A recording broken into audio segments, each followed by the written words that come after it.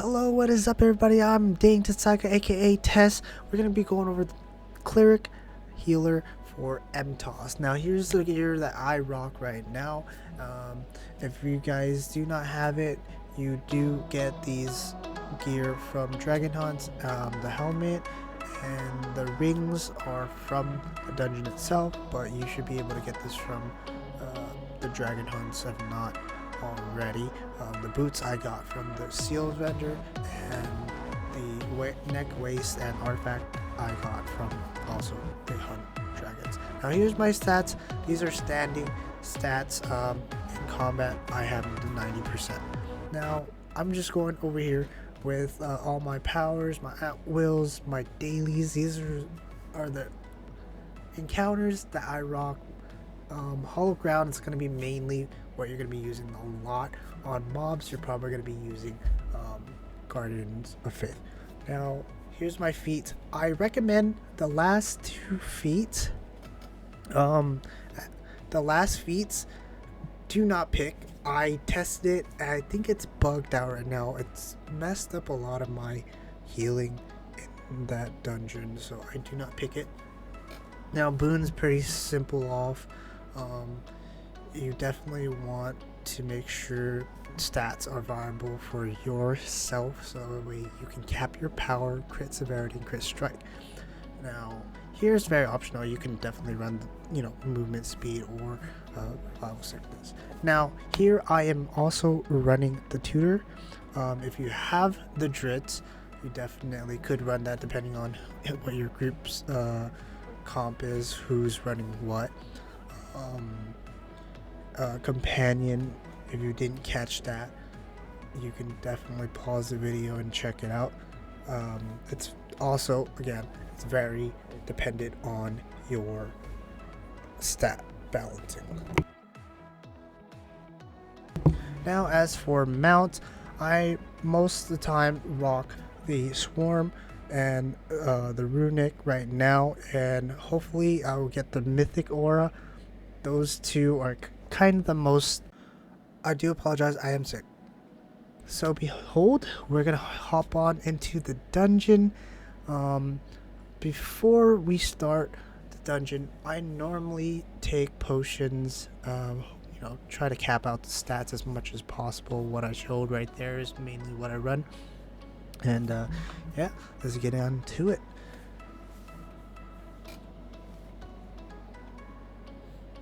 Alright, so here's the first boss. Most of the time, this boss is a pain, but if you start off, he's always going to come in with the dunk most of the time, which is pretty good.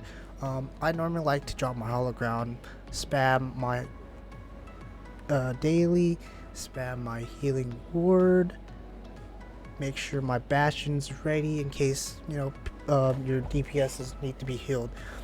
Most of the time, right off the rip, we definitely want to make sure that we're popping our artifacts because we want to melt her as much as possible. Anyways, other than that, always keep an eye out for those barrels that pop up. They are a must to focus on, especially if you're a cleric. As long as you can give some combat advantage, I like to make sure that I do give combat advantage. Sometimes you'll be lucky, sometimes you won't. Sometimes the barrels will spawn, and sometimes they just don't spawn at all. But here, as you can see, I'm definitely focusing on my heals on the tank. I most of the time like to drop my hollow ground on him. That way he can take some more of the dunks from the boss itself. The boss definitely can one-shot the tank if the tank doesn't have that right amount of heals. Now granted, clerics do struggle a little bit with divinity. To manage it, you would want to compensate yourself with having more divinity gain, more forte. Right here, as long as you can get your daily up, you should be able to keep that divinity up at 50, sometimes maybe 75%, whichever is fine, as long as you have your bastion so you can heal them, healing both the DPS and the tank. Most of the time, I definitely focus more so on the tank. So if the tank is live, the less you'll have to heal for the DPS.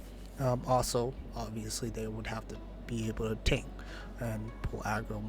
Sometimes DPS are pretty good and they can pull aggro from the tank, so it can be difficult at times. Here, just try to center yourself. Make sure that you're nowhere near these barrels as soon as those AoE rings pop up, so that way you don't blow up the barrels. That's very crucial. Most of the time, if that happens, I stand in my hollow ground. I make sure my hollow ground's in one place and I stand in it. Same thing with the DPS and the tank. If I know that everybody has a ring or something, I most of the time would like them to stand in the hollow ground and stay, grouped up as much as possible. I think that would be the best way to avoid these barrels. Now, as you can see here, spamming healing word sometimes it's very dangerous because you definitely do run out of divinity quick with those. But right here, I definitely had to stack up on the DPS. I was definitely able to heal the DPS, luckily, because I had the hollow ground. But most of the time, with this build, you shouldn't have too much trouble with with healing the DPS in those AoEs. It can be very difficult at times to keep the divinity up, but as long as you can keep spamming your scattering light and getting your divinity and your AP and dropping your daily constantly, you shouldn't have any worries about it. Now, there you go. There's another barrel. I definitely kept my mount combat just so I can help them. A little bit extra damage just in case, you know what I mean? Now here, this is basically the last phase where you start burning her. I drop my daily to make sure that everybody's healed, so that way we should be able to get to the end of this first boss. Now this first boss can be very, very annoying, but as long as you have the right comp and make sure you're healing the tank as much as possible. Try not to let the tank die. Now we're going to go into the second boss. Most of the time, I definitely wait until the webbings would spawn, and then I'll run up, pop my artifacts, my daily, and my mount, and it will basically, depending on your DPS, you can burn her into the next phase. Now, granted, sometimes if you're burning her into the next phase, you definitely will have trouble getting your daily back, but that's fine. You're going to be definitely helping out the DPS here with the souls, the tentacles, so that way you can get your daily back and your divinity if you spam your divinity. But you shouldn't have to spam too much divinity here. Too much heals, you wouldn't have to. As long as you can keep your daily up here, you should be perfectly fine. Obviously, make sure that your tethers are clear, and here as well, I forgot to say, you definitely want to have Soothe. Soothe is definitely going to help you heal the ghosts that appear. They normally appear twice every DPS check, and normally the time when you Soothe would heal, you'd probably have to spam Soothe a couple of times. It's the same way you would spam Scattering Light with channeling. Now, also, Hollow Ground would also help you with the heals. I like the Hollow Ground. Most of the time I'll drop it. Hopefully I predict the right place for the ghosts to spawn. That way, it would help you heal the ghosts quicker without having to use so much divinity. Now, yes, Soothe does take a lot of divinity, but it shouldn't be too much to where you're going to be struggling with it. Now here's also keep note that sometimes if there's DPSs or anyone standing near it, that Soothe will heal the person next to them. So be careful, position yourself, make sure that your soothe is ready, and make sure that you can get a position to where you can heal those ghosts. That's mainly it.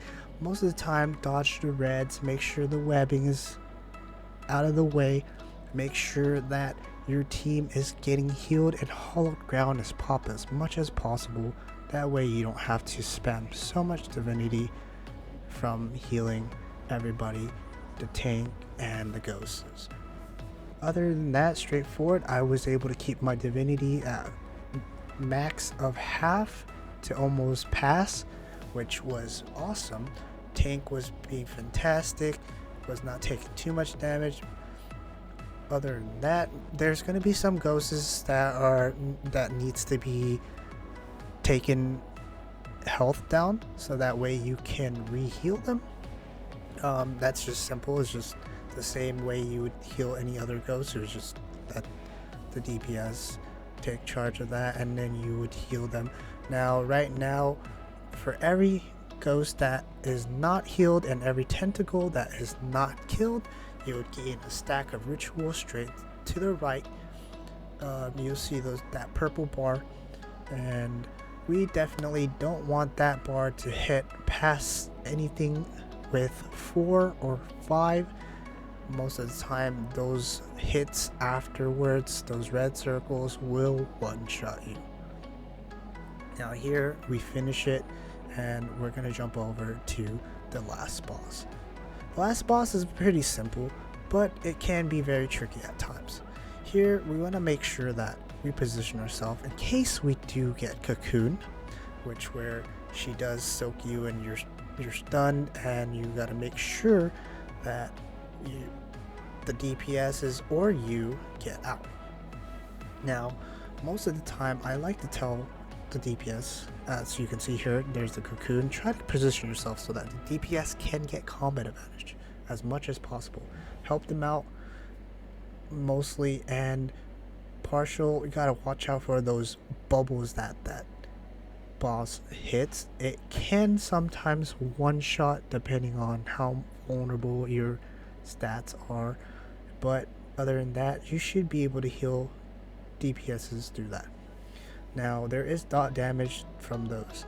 Now if you can see, there was a red line and there's going to be a blue line like that's going to pop up, and you're going to want to block her. Stand in front of her as much as possible, because she can bug out and turn and hit someone else or hit the boss, and it will gain health back about a stack and a half.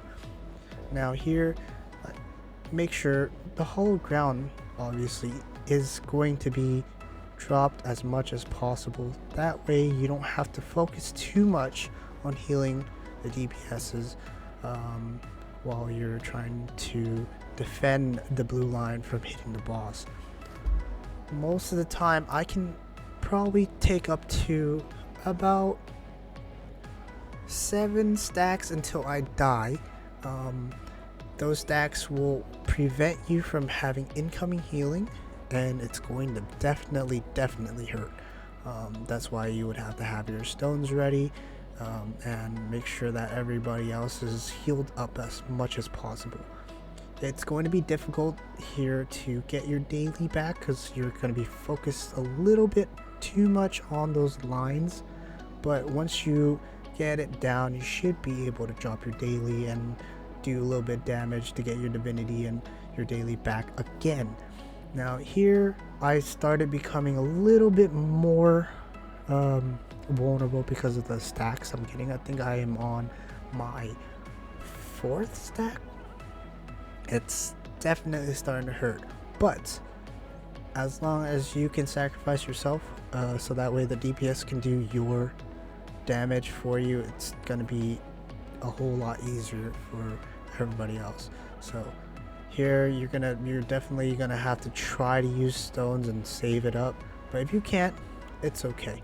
You're definitely gonna die a couple times depending on your group, if they can kill and take certain lines.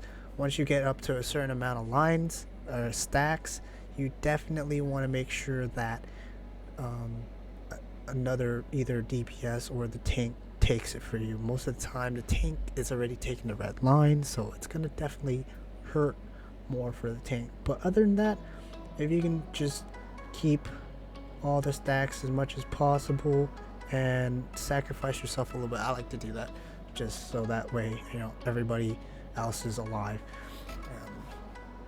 But other than that, you most of the time would pop artifacts on after cocoon phases. But boom, there we go. And there's the run.